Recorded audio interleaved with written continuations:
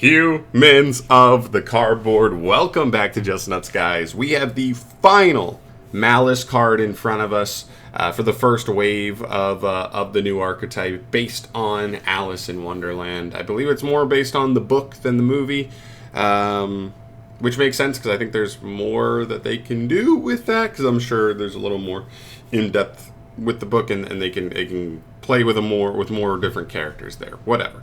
Anyway, showing off a little bit of artwork here. Here is what she looks like. She actually looks pretty sick.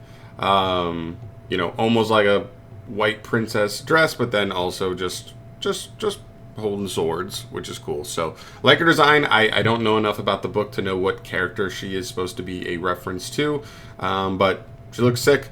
Let's get into what she do, though. This is, of course, Malice Queen White Binder. Is a Link 3 Dark Cyberse Link Effect monster. We knew this should have been a Link 3 because it was slotted in between the other two Link 3s. If it was a lower Link rating or a higher Link rating, it would have come before or after the other two Links. But still, the deck doesn't necessarily feel like it needs Link 2 or lowers because there's so many good generic, Link 2s already in the game. But anyway, let's get into this. This is, of course, a Link 3 Dark Cyberse. 2300 attack, which also makes Link Decoder even better. It was already decent in the deck, but even better now. It gives you more options, more flexibility in the lines you can take. She points straight up, straight to the left, and straight to the right. So the one downside on her is her arrows are not necessarily the greatest things in the world, but I don't think they're the worst either. Oh, excuse me. The arrows aren't always everything. Links these days are just so malleable. You can make it all work. Her materials, of course, just like the other ones, are any 2+ monsters, including a Malice monster, which is actually kind of nice because the other one, I can't remember her, the Cryptor, Hearts of Cryptor, she requires 3 separate monsters specifically, whereas this one and Red Ransom only require 2+ monsters, including a Malice, which just makes it easier to make. It means you can take like a Link 2 plus any Malice and get into these a little bit easier, which is really, really nice. But here we go. We have 3 hard once return effects, which sounds insane. First effect of this card is Special Summoned. You can target up to 3 cards in the graveyards. Banish them. Nasty. Nasty, nasty, nasty. So not only is this insane for your own archetype, which means just if you use Malices to link up into this, and let's say you're like, maybe your opponent's imperming you, you know what I mean, they're ashing you, they're keeping you from using your banish effects with your Malice monsters on field, your main deck ones at least, you can just link climb them into this card, and then once this card hits the field, you banish them all from grave, and they're all coming back. Really, really nice that you can banish your own stuff there. And of course, you also just banish your opponent's stuff as well. That means in grind games, summoning this card to basically erase your opponent's grind game, because that's how most decks grind these days, is utilizing just resources in the graveyard that they stock up. Get rid of those. Trust me, as a Melodious player, the deck didn't even grind that well. It was that the deck just eliminated the opponent's grind, because you just summoned... oh my god, it's been a minute since I pulled her out.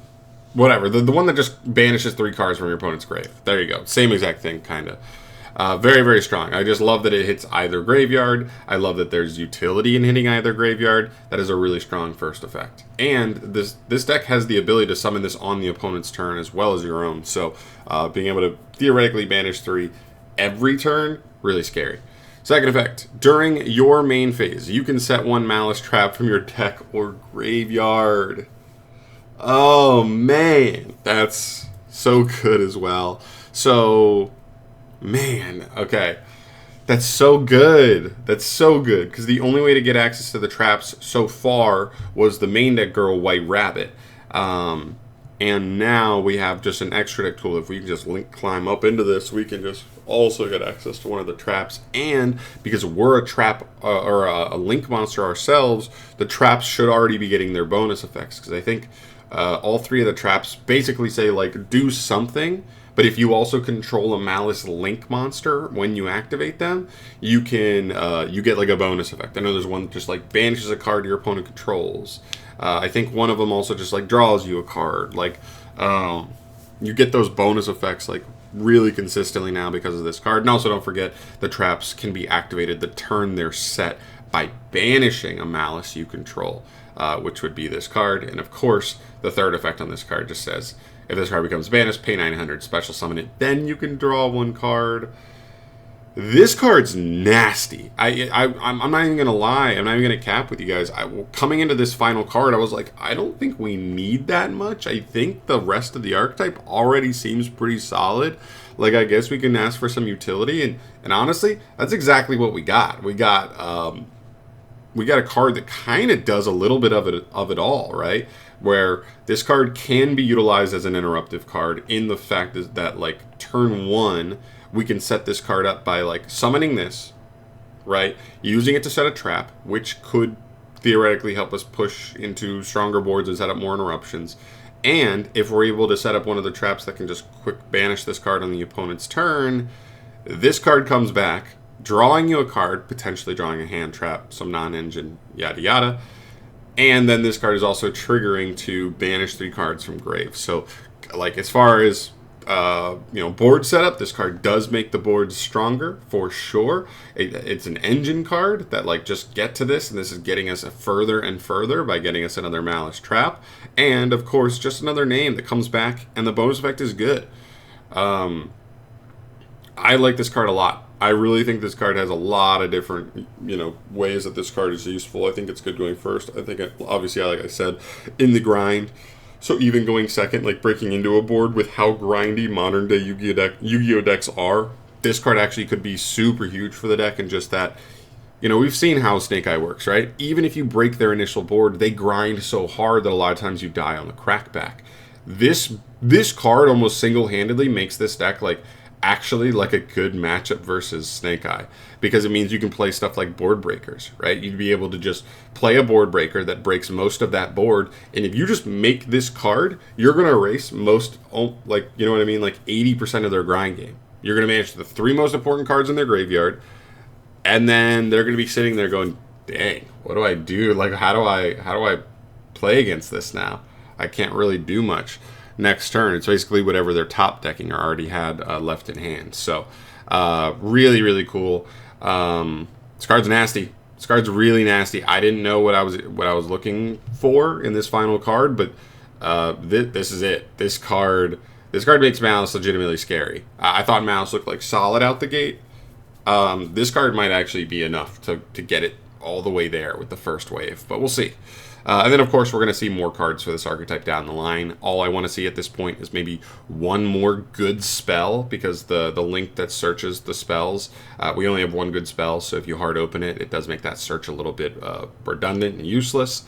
As well as 1 or 2 more main deck names that just have the banish effects, because once you run through the names, you lose your ability to extend, right? Once you've used their banish effects to come back, the deck doesn't really extend anymore after that. So, maybe 1 or 2 more names. They don't have to be insane cards, just cards with other names that we can get banished and keep rolling with the engine. So, yeah, really, really cool card. Sorry I've spent this long talking about one single card, but I think this card has a lot of implications for the archetype.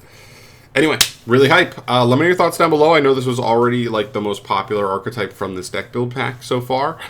This also solidifies the entire set now, basically. Even if we get this set in the TCG, the reprints aren't really relevant, because we'll get our own, lineup of reprints. So this is basically the entire set revealed. I think it's the best deck build pack we've gotten in a minute, just because all 3 archetypes have legit competitive potential out the gate. And I'm really hyped for it. I think this is going to be the next. I think this is going to set us up for the next era of competitive Yu-Gi-Oh, moving past, Snake Eye and, this ban list that hopefully hits stuff pretty hard. But yeah, really, really exciting stuff. But I'm out of here for today. Thank you so much for watching. As always, guys, let me know your thoughts down below on this card specifically and how it works in Malice, as well as just Malice in general. Where, with the addition of this card, how good is Malice to you out the gate in Yu-Gi-Oh? I'd love to hear your guys' thoughts on that. But I'm out of here. Thank you so much for watching. As always, I'll see you guys in the next video. Peace.